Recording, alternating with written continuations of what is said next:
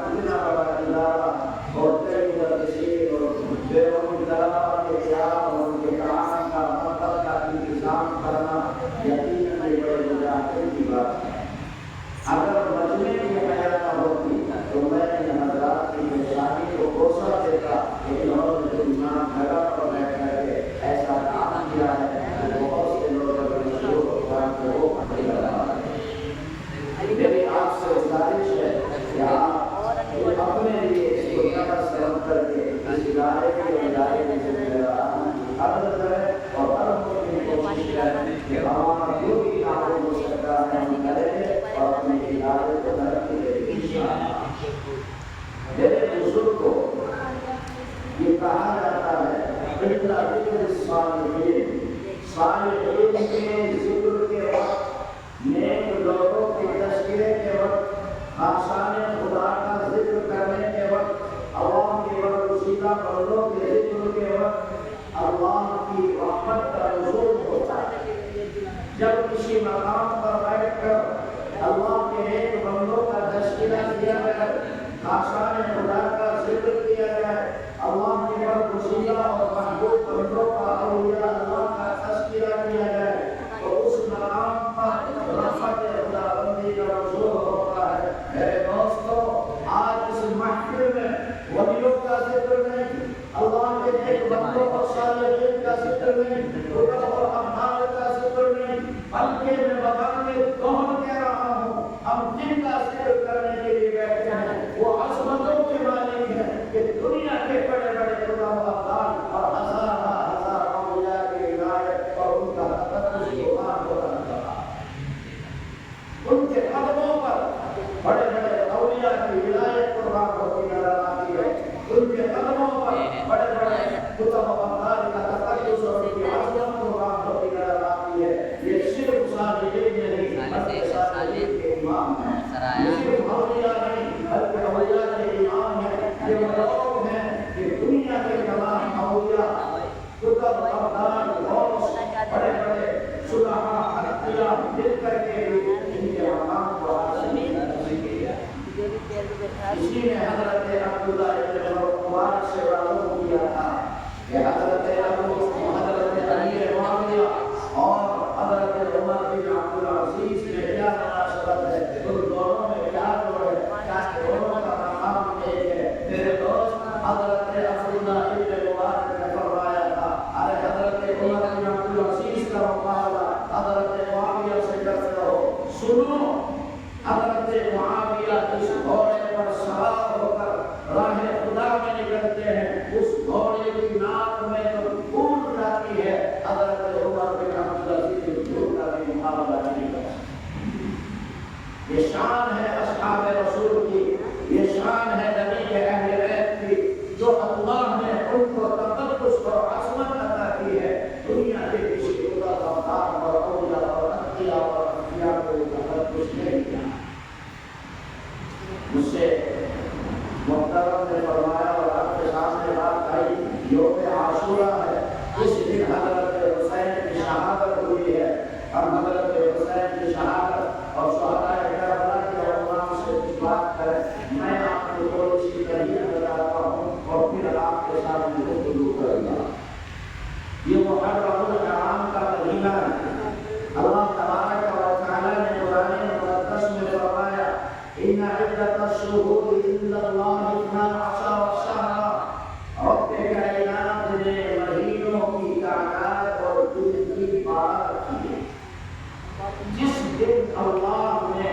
زمین و آسمان کو کائنات کو وجود بخشا، اسی دن اللہ نے مہینے کی تو 12 بنائے۔ یہ مہینے جو مہینوں کی گنتی ہے، یہ بات کی کوئی تحقیق اور ایجاد نہیں ہے۔ جس دن اللہ نے زمین و آسمان کو پیدا کیا، اس کائنات کو بنایا، اسی وقت اللہ نے مہینوں کی تعداد بھی بات ہے اور پوری دنیا اس کا مطابق ہے، کسی کا کوئی اختلاف نہیں، مہینے اللہ کے بنائے ہوئے ہیں۔ لیکن دنیا میں جنتریاں، تقویم، کیلنڈر یہ مختلف ہیں۔ ایک جنتری اور تقویم اور کیلنڈر عیسوی ہے جس کا 2025 چل رہا ہے،